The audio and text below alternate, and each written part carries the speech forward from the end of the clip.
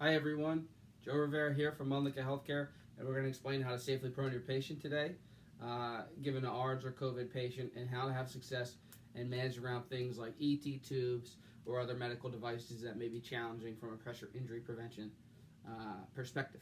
So you have two tools that you're going to be using. First is Meplex Border Flex, that's your prophylactic dressing, and you use a 4x4 on the chin, one on each cheek, and then a 6x6 right at the forehead.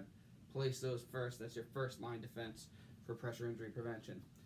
Next, you'll grab the 12x20 positioner, and we'll go over a few tips and tricks real quick and what makes this unique. Two features that make this different than any other product and why it helps in terms of pressure injury prevention as part of a bundle. First is that I can mold it up to any shape I want, and it'll stay in this position. So you see it doesn't run out like a gel product. It stays just the way we mold it, and it will maintain that hold for a long period of time.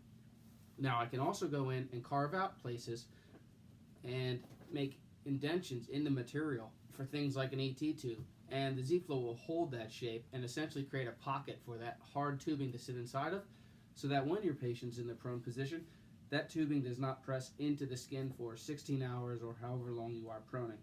So those two features together are what we call conformational positioning, and it's very therapeutic for the patient. So in today's demonstration, I will not be using a pillowcase as a cover, but in a real clinical setting, you'd always want to use a cover and not have direct contact with the Z-Flow to the patient's skin. So we'll start flat, and we've already prepped our patient. One quick note I want to make you aware of, these type of ET tube holder devices, I wouldn't recommend these in the prone position. The reason being, there's so much hard plastic here that essentially when the patient is in prone, I should say when the patient's in prone like this, the hard plastic will push into the skin, and it's really hard to accommodate for all that. So I would recommend taping the ET tube, have respiratory take care of that portion of it for you. And the less hard plastic near and around the face, the more likely you'll be to have success when turning your patient back to supine, and less likely to have any new wounds on the patient's face. So at this point, we'll just introduce our patient and just get her in the prone position. We'll pretend we've already proned. So Steph's been helpful here. We've got the 4x4 here, one on each cheek. The ET tube is taped in place, and we've made a 6x6 here on the chin. So if you could just flip over in the prone position for me, please. So first thing, if possible, we want the face as far out 90 as possible. But sometimes, as we know, just based on patient anatomy, we might see an angle more like this. But we'll show as we go along. First thing I like to do is go inside and make a pocket for that down ear to sit inside of. So you can see right here I've hollowed out and accommodated for that ear so that there's no pressure on the side of that. Now the patient's obviously dead weight, not going to be moving around. First thing we want to do is just start to mold around the neck. So the more surface area of the skin you can capture, the less pressure there'll be. This head will always weigh somewhere around 10 pounds, and all that force is going down into the floor. But by increasing the surface area around the skull and face, that's how we can change the mathematical equation so that there's less pressure onto the face. So first thing we do, mold, mold, mold, mold, mold, and I'm doing the same on the back side here. So we're basically building an upside down football helmet. Now we're not done. We have to accommodate for this tubing because we don't want it pressing against the skin for those 16 hours. So what I like to do is, you got to get a little personal, but you make a channel for that tube to gently sit inside of. And then you kind of create a pocket like so. I'm going to take you around real quick so you can kind of see the mold. But there you have a tube, a tubing slot, and all the way around. You can see that we've maximized the space around the head.